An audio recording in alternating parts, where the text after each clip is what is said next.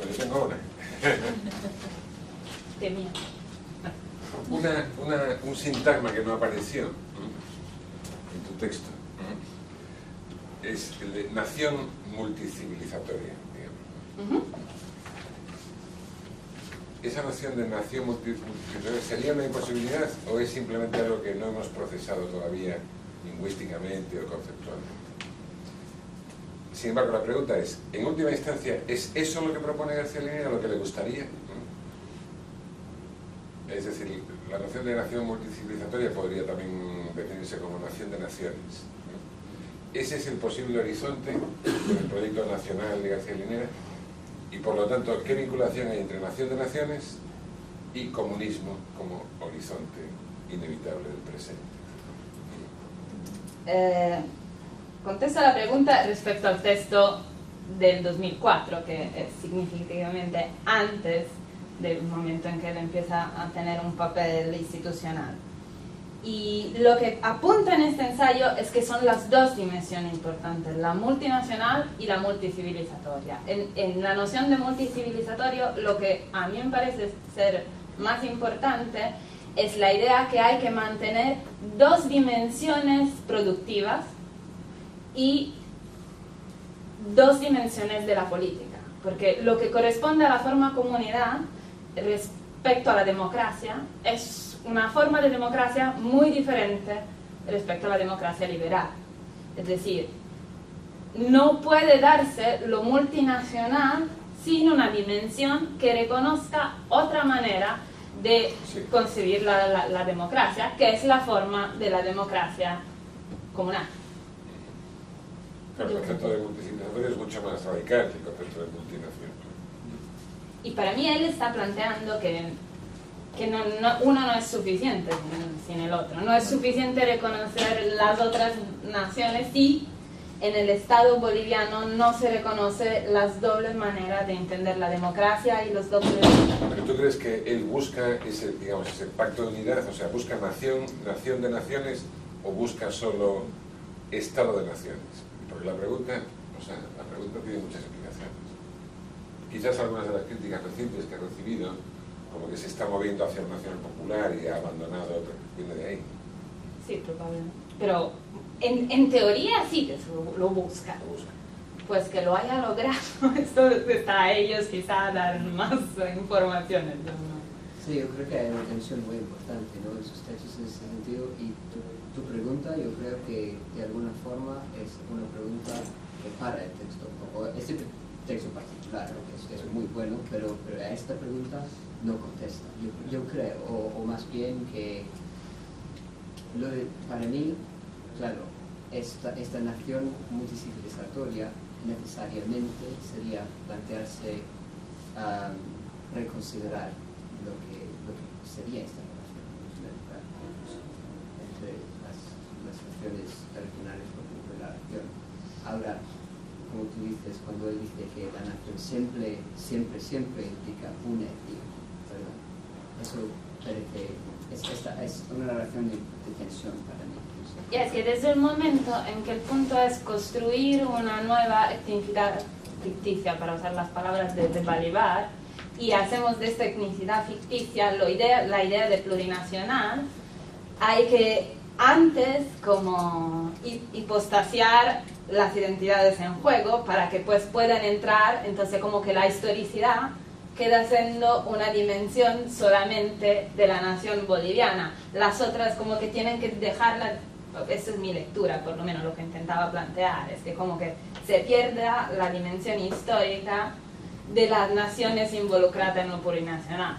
El proceso histórico sigue siendo en la formación y en la continua producción de la etnicidad ficticia plurinacional. Y allí para mí hay una paradoja.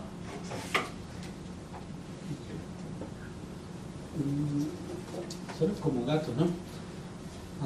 La Constitución boliviana, en el artículo 11, reconoce la democracia comunitaria.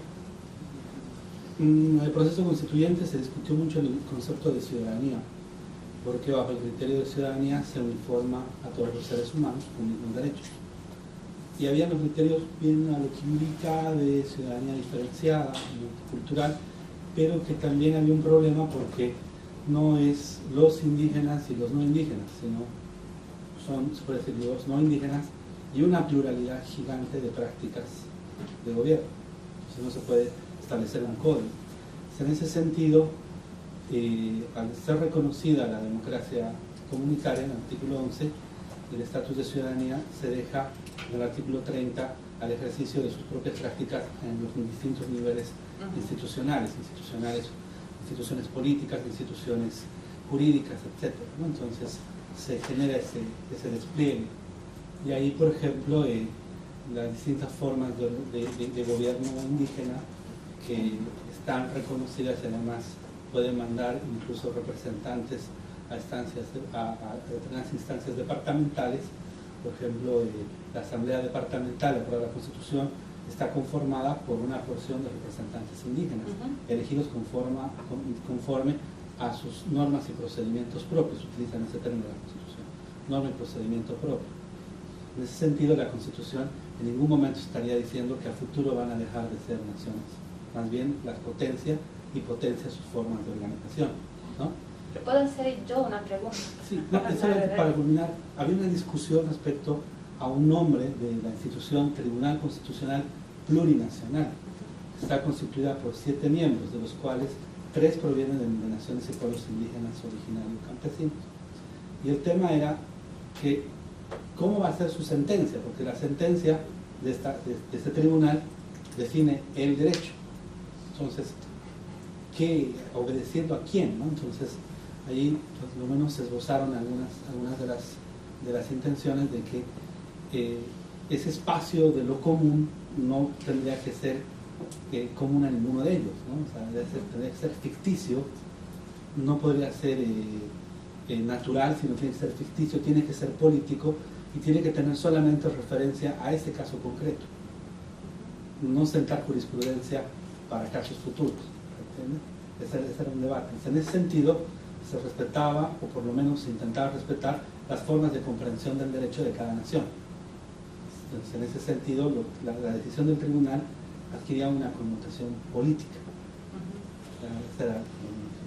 Mi problema, lo que me quedaba muy problemático en este ensayo, porque yo decidí hacer un trabajo en el texto, más que nada, es que en el momento en que estamos hablando de la composición, él dice proporcional y diferenciada, de los institutos comunes y con porcentajes desde las diversas naciones o pueblos o identidades que tienen diferentes grados de autonomía. Entonces, respecto a las proporciones de cada grupo hay una participación, y en el momento en que todo se vincula a una autoidentificación por el censo, es como si estos porcentajes en teoría van cambiando, si es lo que entiendo, y si hay al mismo tiempo un proceso de nacionalización en que se va a reconocer siempre más gente, más bien como boliviano o boliviana, antes que reconocerse en la pertenencia a un pueblo indígena originario, estas componentes van necesariamente a disminuir. Esta era un poco mi duda. O quedan respecto a los porcentajes de identificación del principio del proceso constituente. Lo que entiendo de tu pregunta es si es que la autoidentificación cultural ha variado, ha cambiado con el censo. Y eso modifica. El último censo muestra un 20% de disminución. Y entonces me pregunto si el porcentaje de participación en las diferentes instituciones queda siendo el mismo respecto al primer censo, o si en los años se cambian estas proporciones dentro de las instituciones en función de la autoidentificación censitaria. El censo no tiene ningún impacto jurídico en la norma. El censo sirve para la planificación de políticas públicas. Por ejemplo, la razón por la cual, y esto es una idea de Naciones Unidas, te autoidentificas indígena, es porque no puede ir un censador a mirar y decir, a ver, saltada, date la vueltita, a ver, hablar 4 palabras, sí, usted es aymara, ¿no? Porque eso es visto como una praxis racista. Claro. En consecuencia, la idea eminentemente liberal es la de la autoidentificación.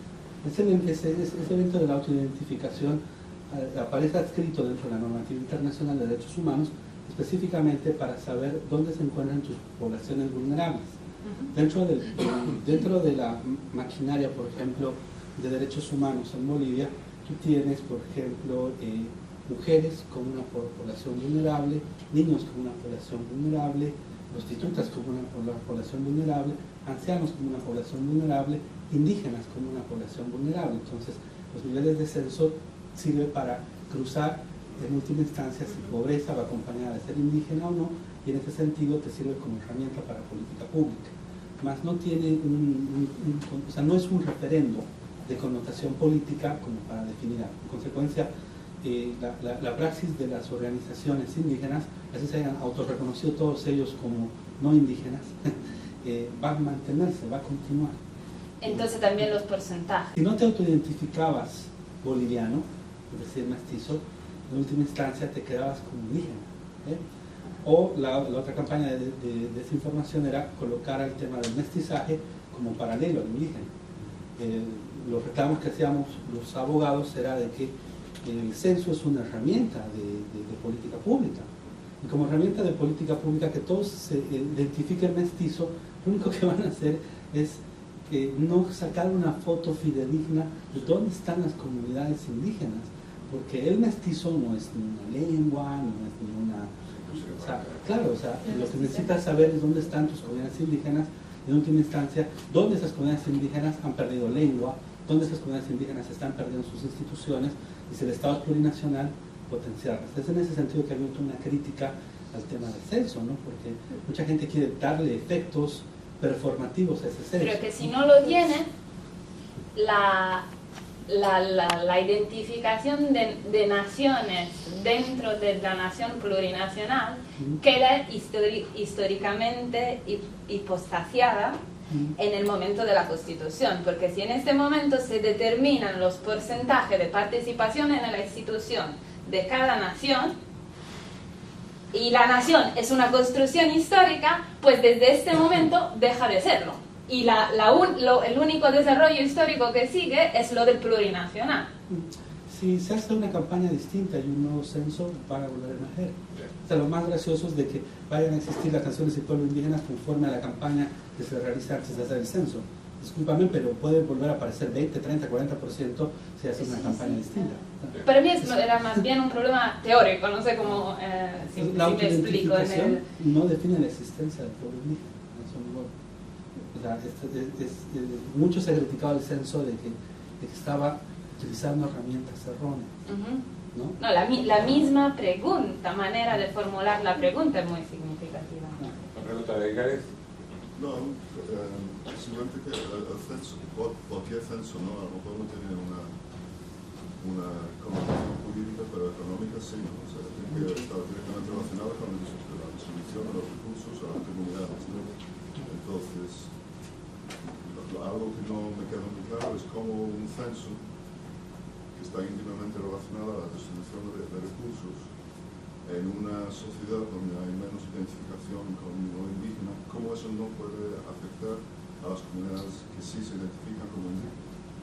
O estoy completamente equivocado. O sea, algún efecto económico tiene que tener, ¿no? Porque estamos hablando de cómo se funda la educación, cómo se funda la cuestión de recursos de gobierno local. Sí, también distribución de recursos. Tiene que tener alguna consecuencia económica en lo local o regional, digo yo.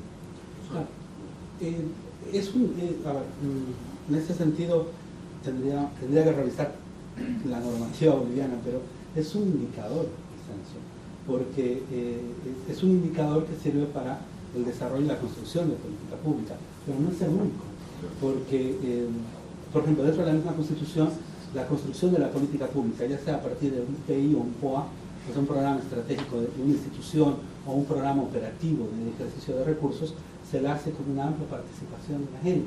Entonces, tú en una comunidad puede ser que se hayan autoidentificado en el censo como que no son indígenas, Sin embargo, está ahí su organización indígena y al momento de hacer la planificación le va a exigir a ese municipio que se abarquen tales y tales elementos propios del pueblo indígena. Entonces ahí el censo es simplemente un indicador. Justamente la crítica más fuerte que se hacía era de que hayan querido politizar el censo para lograr ese resultado, cuando en el fondo el censo debería ser simplemente una herramienta.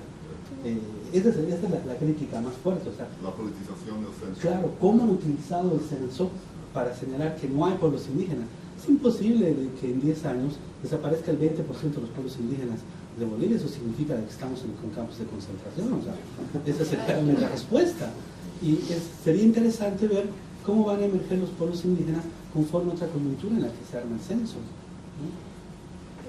Entiendo que además esto está también muy ligado al problema del pacto fiscal, ¿no? Claro. El pacto fiscal existe a la Constitución, al proceso constituyente, y de momento sigue siendo una camisa de fuerza, no se ha cambiado eso. Claro. Muchas gracias, Magdalena.